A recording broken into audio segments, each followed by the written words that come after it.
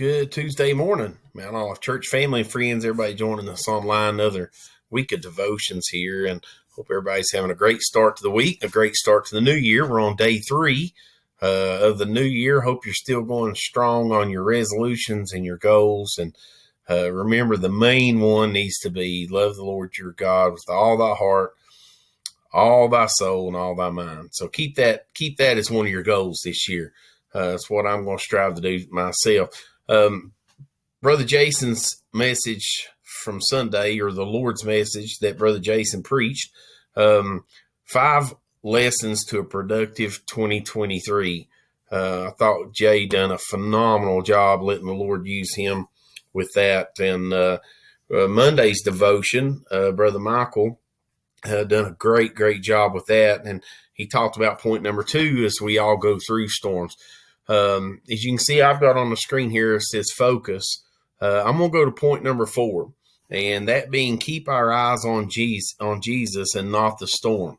So the scripture that Jay was using Sunday was Matthew chapter 14, and verse 28 through 30 says this, and says, Peter answered and said, Lord, if it be thou, bid me come unto the water, with you. And he said unto him, come. And when Peter was come down out of the ship, he walked on the water to go to Jesus. But when he saw the wind was boisterous, he was afraid and began to sink. And he cried, saying, Lord, save me. He said, Lord, save me. The first thing I want to point out, and I have said this numerous times, I love that Jay brought this out Sunday morning, because I was sitting in the first pew thinking of that. It was one of the first things that popped to my mind, and it always has when I read this story. I love that Peter got out of the boat.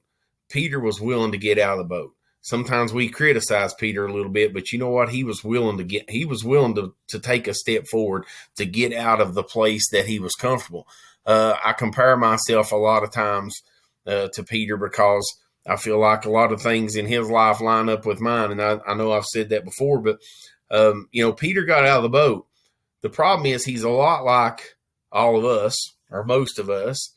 And when we do get out of our comfort zone and a storm hits, we're not in a place where we're comfortable, and life starts to get a little bit boisterous or starts to shake up just a little bit. We begin to focus on how high the waves are. We begin to focus on how hard the wind is blowing. And we start to lose focus of who we're actually walking with, who actually bid us to come out of our comfort zone to be with him. We start to lose focus of that. So I thought that was a great point that Jay brought out. I also thought this other one, I wrote it down. He made this comment. He says, not all storms are thunder and lightning. Not all storms are thunder and lightning. And, I thought, man, that was so good. That just really drove a point home with me, because, sometimes we can get distracted from the sunshine and rainbows, I think, as Jay said. Sometimes we get distracted by the other things, and we lose our focus of being on Jesus. We lose that focus. And listen, in the midst of a storm, and like I said, I compare myself to Peter. If I step out into a place that I want, that I think God's wanting me to be, that God has called me to be, if I step out into that place and it starts to get a little bit rough, the natural thing that I'm going to do is focus on the height of the waves and the strength of the wind. How deep's the water? How far am I going to go when I sink here? Is there any help? And it's a natural thing in our flesh that we begin to think about those things. But he just wants us to stay focused on him. And I come to this scripture too, I want to share with you. Hebrews chapter 12. In verse 1, it says, wherefore seeing we also are compassed about with so great a cloud of witness. And he talks about, let us lay aside every weight. Let us lay aside every weight, every sin, all those things that hold us back. If we've got a weight on our back and we're trying to run a race, it's kind of hard to do that, right? It starts to hold us back, or it besets us. And we begin to look. Jason used the lines on the track, and talked about the young kids and how they'll see the dotted lines and they kind of lose focus. Well, that's what Hebrews says too. He says, lay aside all those things that's going to hinder you. Anything that's going to slow you down, lay it aside. And it says, let us run with patience the race that is set before us. But then he goes on in verse 2, and a lot of times I think we get verse 1, but we miss verse 2. And Hebrews chapter 12:2 says this, looking unto Jesus, the author and finisher of our faith. Looking unto Jesus, staying focused on him. I don't know what kind of storm you've been battling lately.